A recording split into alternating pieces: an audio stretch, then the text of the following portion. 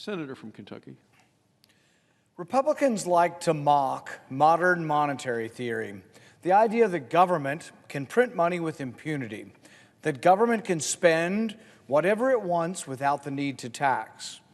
Modern monetary theory is basically the Dick Cheney deficits don't matter crowd, trussed up with a new fancy title. Most Republicans rightly lampoon this quackery, that is, when they're not practicing the quackery themselves. Today, many of these same Republicans will vote for a bill that makes modern monetary theory look like child's play in comparison. The monstrous spending bill presented today is not just a deficits don't matter disaster, it is everything Republicans say they don't believe in.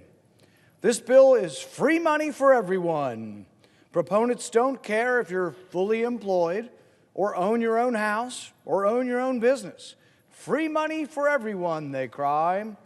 And yet, if free money were the answer, if money really grew on trees, why not give more free money? Why not give it out all the time? Why stop at $600 a person? Why not $1,000? Why not $2,000?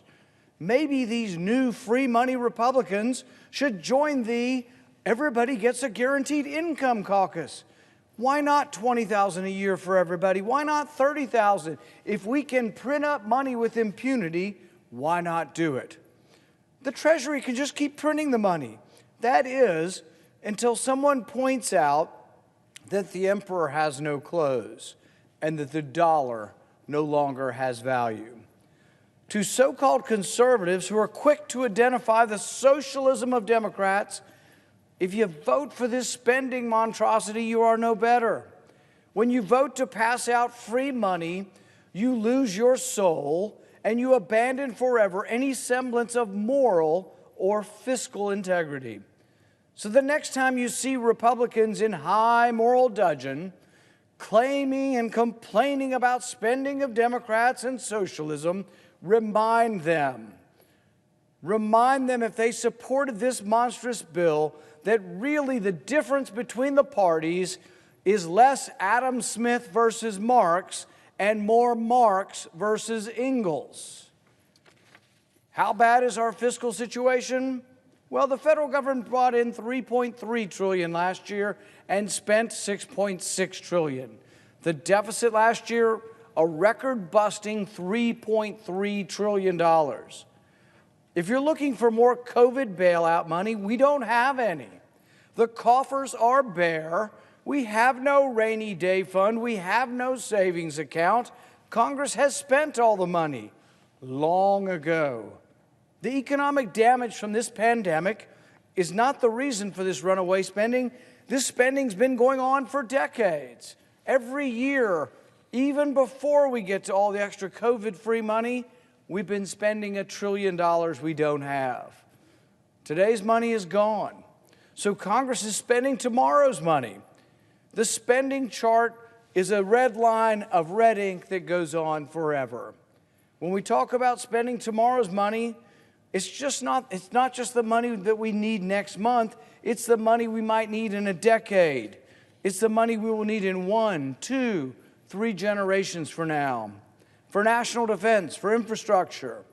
This is the money that your children and your grandchildren will pay back with interest. The deficit doubling and tripling. Under George Bush, it went from $5 trillion to $10 trillion. Under President Obama, it went from 10 to 20 trillion. We're now at 27 trillion, but we're adding it at $1 trillion a year before we get to this COVID budget-busting bailout. Every tax-paying American already owes over $136,000, and they're staring at projections into the future that show no end. We are $27 trillion in debt today. How do we expect a child to have the economic opportunity when this crushing debt is their inheritance from Congress? The numbers are mind-boggling. It's hard to conceive of what $1 billion is, much less $1 trillion. How big is $1 billion? Well, 1 billion seconds ago was 1988, and Reagan was president. 1 billion minutes ago, Jesus walked the shore of the Sea of Galilee. 1 billion hours ago, man still lived in caves. But $1 billion ago was just 80 minutes ago. $1 billion ago, at the rate Congress spends money, was just 80 minutes ago. All of this should be setting off alarm bells. But the only alarm bells in Congress are sounding the alarm for more spending and more debt. No cuts, no offsets, no pay-fors, no prioritization. Just print up more money and give it out to everybody because it's free money, come and get yours. Well, the getting's good, but it leads to a mountain of debt. Spend all this money and leave the future to figure itself out.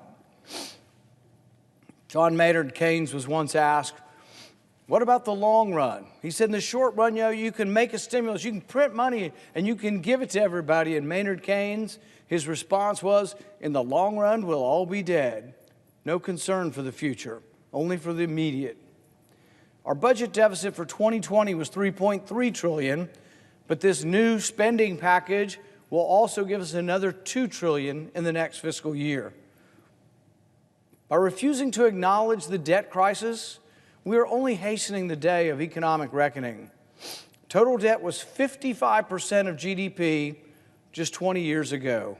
Today, it's 128% of GDP. So our total debt is more than our GDP, 128% of our GDP. The World Bank estimates there's a tipping point of debt to GDP at about 77%. Every percentage point costs another tenth or so of economic growth. So every year we're giving up somewhere between 5 to 8% of growth every year because of this burden of debt. This is thousands of jobs every year, tens of thousands of jobs that we lose because of this burden of debt. We are borrowing and worsening this debt crisis in part because too many governors and mayors have imposed heavy-handed restrictions that crush business.